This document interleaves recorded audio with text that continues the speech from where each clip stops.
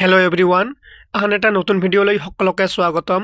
এইটো ভিডিঅ'ত আজি আমি আলোচনা কৰিম ক্লাছ 7ৰ সমাজ বিজ্ঞানত থকা পাঠ 9 নম্বৰ ভাৰতৰ জলবায়ু, প্ৰাকৃতিক উদ্ভিদ, কৃষি আৰু জনসংখ্যা। এই পাঠটো আলোচনা কৰিম। এই পাঠৰ অন্তৰ্গত তোমালোকৰ অনুশীলনীত যিমানখিনি ইম্পৰ্টেণ্ট বস্তু আছে গোটেইখিনি এইটো ভিডিঅ'ত আলোচনা কৰা হ'ব। চ' তোমালোকে ভিডিঅ'টি শেষলৈকে চাই থাকিবা। প্ৰশ্নৰ উত্তৰবোৰ একেবাৰে চুটিকৈ আৰু বহুত সুন্দৰকৈ তোমালোকক এইটো ভিডিঅ'ত বুজাই দিয়া হৈছে। চ' এতিয়া আমি ক্লাছটো আৰম্ভ কৰিম। তোমালোকৰ অনুশীলনীৰ প্ৰথমত দিয়া আছে 1 নম্বৰত শুদ্ধ অশুদ্ধ বিচাৰি উলিওৱা। শুদ্ধ মানে তলত এটা বাক্য দিয়া আছে, এইটো শুদ্ধ হয় নে অশুদ্ধ হয় তোমালোকে ক'ব লাগিব। আমি তলত সুন্দৰকৈ ইয়াৰ এনচাৰবোৰ চাই ল'ম আৰু তোমালোকে লগে লগে তোমালোকৰ কিতাপত দাগ দি থবা, কোনটো শুদ্ধ বা অশুদ্ধ তোমালোকে লগে লগে বহীত লিখি থবা, ঠিক আছে। আৰু তোমালোকে ক্লাছটো আৰম্ভ কৰাৰ আগতে কিতাপ, বহী, পেঞ্চিল, কলম লগত লৈ বহিবা, ঠিক আছে। এতিয়া ক নম্বৰত দিয়া আছে ভাৰতত 2 ধৰণৰ মৌচুমী বায়ু প্ৰবাহিত হয়। এই কথাটো শুদ্ধ নে অশুদ্ধ তোমালোকে বিচাৰ কৰিব লাগে বা বিচাৰি উলিয়াব লাগে। এই কথাটো শুদ্ধ হয় তোমালোকে লিখিবা শুদ্ধ, ঠিক আছে। এতিয়া তোমালোকৰ নেক্সট খ নম্বৰত দিয়া আছে জনসংখ্যাৰ আকাৰৰ ক্ষেত্ৰত ভাৰতবৰ্ষৰ পৃথিৱীৰ ভিতৰত প্ৰধান। কি কৈছে? জনসংখ্যাৰ আকাৰৰ ক্ষেত্ৰত ভাৰতবৰ্ষ পৃথিৱীৰ ভিতৰত প্ৰধান। এইটো অশুদ্ধ, কাৰণ তোমালোকৰ কিতাপ হিচাপত চীন বা চাইনা দেশখন হৈছে তোমালোকৰ জনসংখ্যাৰ ক্ষেত্ৰত আটাইতকৈ পৃথিৱীৰ ভিতৰত প্ৰধান, কিন্তু বৰ্তমান আমাৰ ভাৰত হয়, কিন্তু তোমালোকৰ কিতাপত এতিয়ালৈকে ভাৰত নহয় বুলি আছে। চ' এইটো অশুদ্ধ বুলি তোমালোকে লিখিবা। এতিয়া গ নম্বৰত দিয়া আছে ভাৰতবৰ্ষৰ প্ৰায় সোঁমাজেদি কৰ্কট ক্ৰান্তি ৰেখা পাৰ হৈ গৈছে। এইটো শুদ্ধ হয়, ঠিক আছে। ভাৰতৰ সোঁমাজেদি কৰ্কট ক্ৰান্তি ৰেখা পাৰ হৈ গৈছে, এই বাক্যটো শুদ্ধ হয়। এতিয়া নেক্সট প্ৰশ্নত দিয়া আছে তোমালোকৰ দক্ষিণ ভাৰতৰ কলা মাটি অঞ্চল চাহ খেতিৰ বাবে উপযোগী। কি কৈছে? দক্ষিণ ভাৰতৰ কলা মাটি অঞ্চলৰ চাহ খেতিৰ বাবে উপযোগী। এইটো অশুদ্ধ কথা, তোমালোকে অশুদ্ধ বুলি লিখি থবা কিতাপত। তাৰপিছত আছে মৰুভূমি অঞ্চলত চিৰসেউজীয়া উদ্ভিদ পোৱা যায়। এইটো অশুদ্ধ কথা, মৰুভূমি অঞ্চলত চিৰসেউজীয়া উদ্ভিদ পোৱা নাযায়, এইটো অশুদ্ধ। কাৰণ মৰুভূমিত বেছি গছ-গছনি, মানে মৰুভূমিত গছ-গছনি নাথাকেই, প্ৰায় এটা দুটা বস্তু কিবা কিবি থাকে, কেকটাছ থাকে, কিন্তু চিৰসেউজীয়া উদ্ভিদ পোৱা নাযায়। এতিয়া তোমালোকৰ অনুশীলনীৰ 2 নম্বৰত দিয়া আছে শুদ্ধ উত্তৰটো বাছি উলিয়াই লিখা। ইয়াত কোনটো শুদ্ধ হয় বাছি উলিয়াব লাগিব। ওপৰৰ বস্তুটো কোনটো শুদ্ধ নে অশুদ্ধ এইটো লিখিব লাগে, কিন্তু এইটো কোনটো শুদ্ধ হয়। ইয়াত 3টা বস্তু দিয়া আছে, যেনেকৈ দক্ষিণ পশ্চিম মৌচুমী বতাহ প্ৰশান্ত মহাসাগৰ, আৰৱ সাগৰ, লোহিত সাগৰৰ ওপৰেদি প্ৰবাহিত হৈছে। ইয়াত কি কৈছে? এই কথাটো দক্ষিণ পশ্চিম মৌচুমী বতাহ কোনটোৰ ওপৰেদি পাৰ হৈছে? প্ৰশান্ত মহাসাগৰ নে আৰৱ সাগৰ নে লোহিত সাগৰৰ ওপৰেদি প্ৰবাহিত হৈছে? ইয়াৰ শুদ্ধ কোনটো হ'ব? এইটো হয় নে এইটো হয় নে এইটো হয়? এইটো উলিয়াই লিখিব লাগে। উত্তৰ কি হ'ব? দক্ষিণ পশ্চিম মৌচুমী বতাহ আৰৱ সাগৰৰ ওপৰেদি প্ৰবাহিত হৈছে। এই আৰৱ সাগৰটো হৈছে শুদ্ধ, কিন্তু প্ৰশান্ত মহাসাগৰ অশুদ্ধ হয়, লোহিত সাগৰ অশুদ্ধ হয়। এই দক্ষিণ পশ্চিম মৌচুমী বতাহ আৰৱ সাগৰৰ ওপৰেদি প্ৰবাহিত হৈছে, এইটো হৈছে ইয়াৰ উত্তৰ। তোমালোকে নিশ্চয় দেখা পাইছা, লিখি ল'বা। আৰু তোমালোকে যদি মোৰ ক্লাছবোৰ দেখি ভাল পোৱা বা বুজি পাই আছা তোমালোকে কমেণ্ট কৰি জনাবা। খ নম্বৰত দিয়া আছে 2011 চনৰ লোকপিয়ল অনুসৰি ভাৰতবৰ্ষৰ জনসংখ্যাৰ ঘনত্ব হ'ল প্ৰতি বৰ্গ কিলোমিটাৰত 380, 382, 324 জন। এই 3টাৰ কোনটো শুদ্ধ হয়? এই 3টাৰ ভিতৰত শুদ্ধ কোনটো হ'ব? 382 জন। 2011 চনৰ লোকপিয়ল অনুসৰি ভাৰতবৰ্ষৰ জনসংখ্যাৰ ঘনত্ব হ'ল প্ৰতি বৰ্গ কিলোমিটাৰত 382 জন। মনত ৰাখিবা, এইবোৰ বস্তু তোমালোকৰ পৰীক্ষাত আহিব। 1 নম্বৰত দিয়া আছে ফল মূল উৎপাদনত পাঞ্জাৱ, জম্মু কাশ্মীৰ, হিমাচল প্ৰদেশৰ স্থান ভাৰতৰ ভিতৰত প্ৰথম। কি কৈছে? ফল মূল উৎপাদনত পাঞ্জাৱ নে জম্মু কাশ্মীৰ নে হিমাচল ভাৰতৰ প্ৰথম, কোনখন স্থান প্ৰথম হয় ফল মূল উৎপাদনত? এইটো শুদ্ধ উত্তৰ হ'ব ফল মূল উৎপাদনত জম্মু কাশ্মীৰ ভাৰতৰ ভিতৰত প্ৰথম মনত ৰাখিবা জম্মু কাশ্মীৰ আটাইতকৈ বেছি ফল-মূল উৎপাদন কৰে আমাৰ ভাৰতৰ ভিতৰত এতিয়া তোমালোকৰ নেক্সট দি আছে মৰুভূমি অঞ্চলত চিৰসেউজীয়া কাইটিয়া তৃণজাতীয় উদ্ভিদ পোৱা যায় কোনটো শুদ্ধ হয় চিৰসেউজীয়া নাথাকে আমি ওপৰত পঢ়িছো তৃণজাতীয় উদ্ভিদ পোৱা নাযায় কেকটাছ পোৱা যায় মই অলপ আগত কৈছো কেকটাছ পোৱা যায় কেকটাছত কাইট থাকে সেই কাৰণে কাইটিয়া বুলি কৈছে তেন্তে শুদ্ধ উত্তৰ কি হ'ব যে মৰুভূমি অঞ্চলত কাইটিয়া উদ্ভিদ পোৱা যায় ঠিক আছে এতিয়া তোমালোকৰ নেক্সট প্ৰশ্নত দিয়া আছে ভাৰতবৰ্ষৰ আটাইতকৈ বেছি জনসংখ্যা থকা ৰাজ্যখন হল অৰুণাচল প্ৰদেশ মহাৰাষ্ট্ৰ উত্তৰ প্ৰদেশ এই তিনিটাৰ ভিতৰত কোনটোত ভাৰতৰ আটাইতকৈ বেছি জনসংখ্যা আছে বা বেছি মানুহ আছে ইয়াৰ শুদ্ধ উত্তৰ হ'ব উত্তৰ প্ৰদেশ আমাৰ ভাৰতত যিমান কেইখন ৰাজ্য আছে তাৰে ভিতৰত এই উত্তৰ প্ৰদেশত আটাইতকৈ বেছি মানুহ বা জনসংখ্যা পোৱা যায় সেই কাৰণে শুদ্ধ উত্তৰ হ'ব উত্তৰ প্ৰদেশ উত্তৰটো লিখিলে কেনেকুৱা হ'ব ভাৰতবৰ্ষৰ আটাইতকৈ বেছি জনসংখ্যা থকা ৰাজ্যখন হল উত্তৰ প্ৰদেশ ঠিক আছে এতিয়া আমি নেক্সট চাম কি আছে এতিয়া নেক্সটত তোমাৰ লগত দিয়া আছে ক অংশৰ লগত খ অংশ মিলোৱা এই ক অংশত যেনেকৈ মৌচুমী উদ্ভিদ আছে এইটো কোনটোৰ লগত মিলালে শুদ্ধ হ'ব এইটো মিলাব লাগিব মই তলত তোমালোকক ডাইৰেক্ট উত্তৰ কৰি দিছো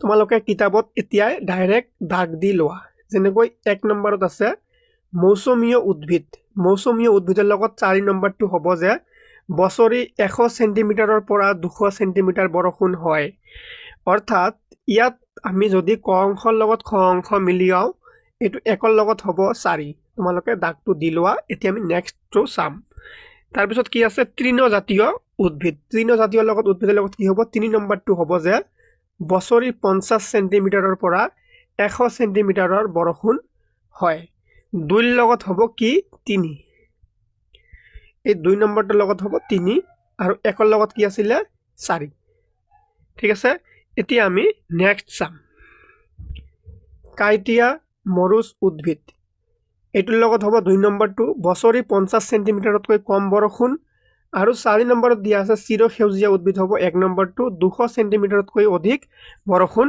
হয় নিশ্চয় তোমালোকে বুজি পাইছা এইটো 4 নম্বৰটো হ'ব ইয়াত ঠিক আছে 3 নম্বৰটো হ'ব ইয়াত 1 নম্বৰটো হ'ব ইয়াত আৰু 2 নম্বৰটো হ'ব ইয়াত এইটো তোমালোকে কিতাপত এতিয়া দাগ দি থোৱা ঠিক আছে এতিয়া আমি নেক্সট চাম কি আছে 4 নম্বৰত দিয়া আছে সমু উত্তৰ লিখা 40টা মান শব্দৰ ভিতৰত উত্তৰটো 40টা মান শব্দৰ ভিতৰত লিখিব লাগিব ক নম্বৰ প্ৰশ্ন জনসংখ্যা হ্ৰাস বৃদ্ধি কি কাৰণত হ'ব পাৰে উত্তৰ হ'ব কোনো এখন ঠাইৰ জনসংখ্যা সদায় একে নাথাকে জনসংখ্যাৰ হ্ৰাস বা বৃদ্ধি হয় জনসংখ্যাৰ এনে হ্ৰাস অথবা বৃদ্ধি হোৱাকে জনসংখ্যাৰ পৰিৱৰ্তন বোলা হয় সাধাৰণতে কোনো এখন ঠাইৰ জনসংখ্যা বাঢ়ি যোৱাহে পৰিলক্ষিত হয় কিন্তু প্ৰাকৃতিক কাৰণ যেনে প্ৰাকৃতিক দুৰ্যোগ বিভিন্ন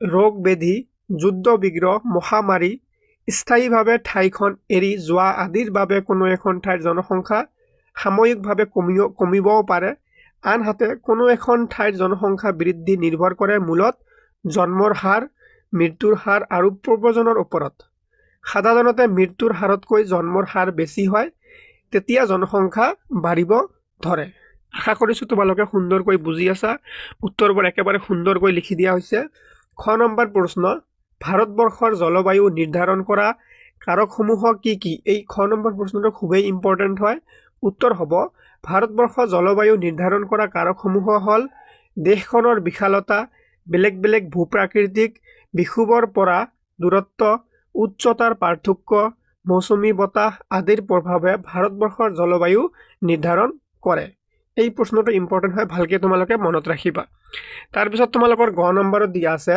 ভাৰতবৰ্ষৰ কত চিৰসেউজীয়া উদ্ভিদ পোৱা যায় উত্তৰ হ'ব সাধাৰণতে জীৱৰ অঞ্চলত বৰষুণৰ পৰিমাণ 200 সেন্টিমিটাৰৰ অধিক আৰু উষ্ণতা 25 ডিগ্ৰীৰ পৰা 27 ডিগ্ৰী সেন্টিগ্ৰেডৰ ভিতৰত থাকে তেনে অঞ্চলত চিৰসেউজীয়া উদ্ভিদ পোৱা যায় এই শ্ৰেণীৰ উদ্ভিদসমূহ পশ্চিম ঘাট পৰ্বতৰ পশ্চিম মণ্ডল উজনি অসম অৰুণাচল হিমালয় নামনি অসম মণিপুৰ আৰু মিজোৰামৰ পাৰ্বত্য অঞ্চল আন্দামান নিকোবৰ দ্বীপপুঞ্জৰ কিছু অংশত পোৱা যায়। এতিয়া তোমালোকৰ ঘ নম্বৰত দিয়া আছে ভাৰতবৰ্ষত কপাহ খেতি হোৱা ঠাইসমূহ কি কি?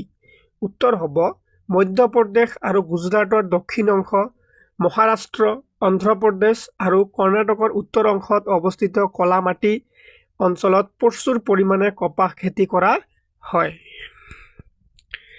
এতিয়া তোমালোকৰ এইটো হৈ গ'ল, এইটো ডাবল আহিছে, 4 নম্বৰটো হৈ গৈছে আমাৰ। এতিয়া নেক্সট আমি চাম 5 নম্বৰ।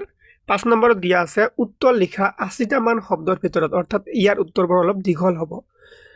যিহেতু 80টা মান শব্দৰ ভিতৰত দেখিব লাগিব। ক নম্বৰ প্ৰশ্ন, ভাৰতবৰ্ষৰ জলবায়ুৰ ওপৰত দক্ষিণ পশ্চিম মৌচুমী বতাহৰ প্ৰভাৱ সম্পৰ্কে মানচিত্ৰৰ সহায়ত বুজাই লিখা। মই ইয়াত ডাইৰেক্ট তোমালোকক উত্তৰখিনি দেখাই দিছোঁ, তোমালোকে নিজে এবাৰ মানচিত্ৰখিনি দেখি ল'বা।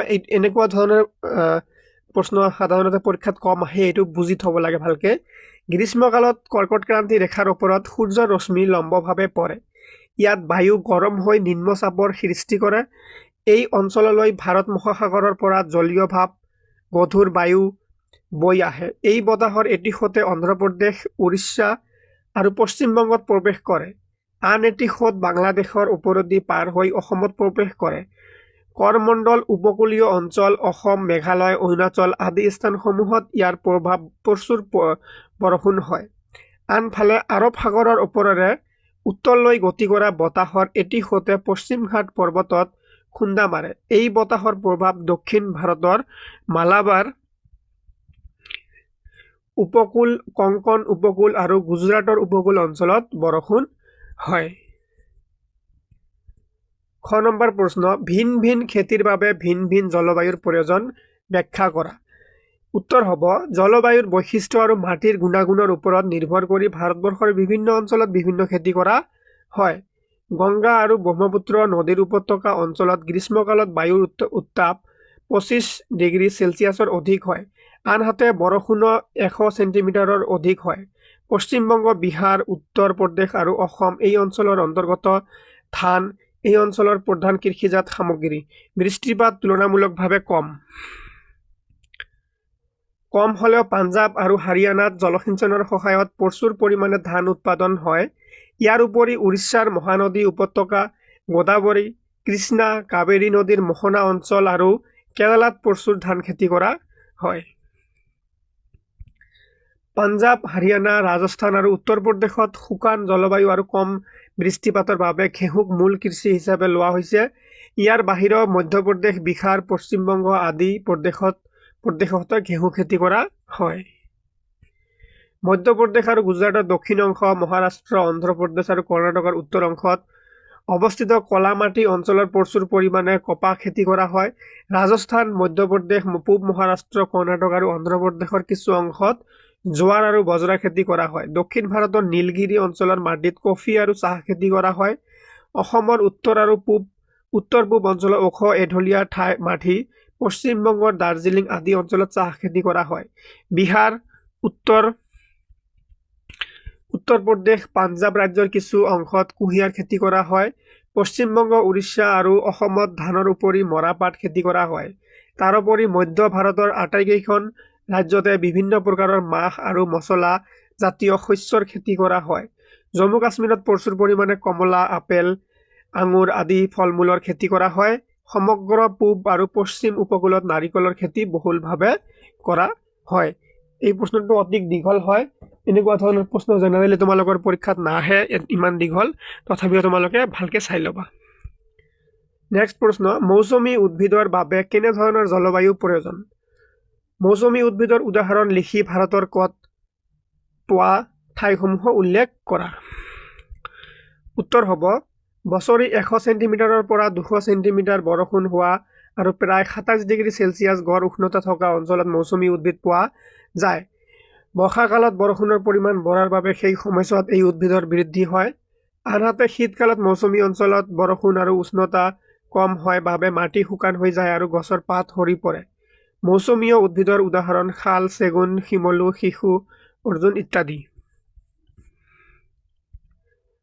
অসম, বিহাৰ, পশ্চিমবংগ, উত্তৰ প্ৰদেশ, হিমাচল প্ৰদেশ, ঝাৰখণ্ড, ছত্তীশগড়, মধ্যপ্ৰদেশ, তামিলনাডু, পূৰ্ব ঘাট, পশ্চিম ঘাটকে ধৰি দক্ষিণাত্য মালভূমিৰ পূৰ্ব অংশত পোৱা যায়।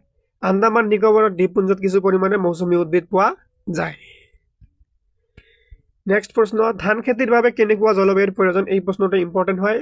ভাৰতবৰ্ষত ধান খেতি প্ৰধান ৰাজ্যবোৰৰ নাম উল্লেখ কৰা। উত্তৰ হ'ব, ধান খেতিৰ বাবে গ্ৰীষ্মকালত বায়ুৰ উত্তাপ 25 ডিগ্ৰী চেলচিয়াছৰ অধিক হ'ব লাগিব, আনহাতে বৰষুণো 100 চেণ্টিমিটাৰৰ অধিক হ'ব লাগিব। ভাৰতবৰ্ষত ধান খেতি হোৱা প্ৰধান ৰাজ্য হ'ল পশ্চিমবংগ, বিহাৰ, উত্তৰ প্ৰদেশ, অসম, পাঞ্জাৱ, হাৰিয়ানা, উৰিষ্যাৰ মহানদী উপত্যকা, গোদাবৰী, কৃষ্ণা, কাবেৰী নদীৰ মোহনা অঞ্চলত আৰু কেৰালা।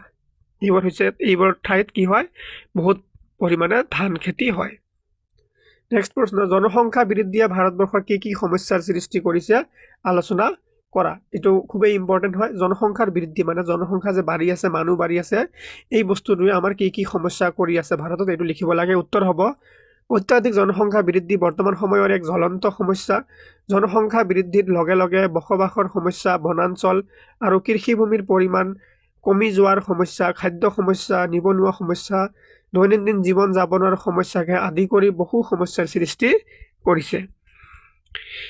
এইখিনিতে তোমালোকৰ এই পাঠৰ অন্তৰ্গত অনুশীলনীত থকা গোটেইখিনি ইম্পৰ্টেণ্ট বস্তু আমাৰ আলোচনা কৰা হৈ গ'ল।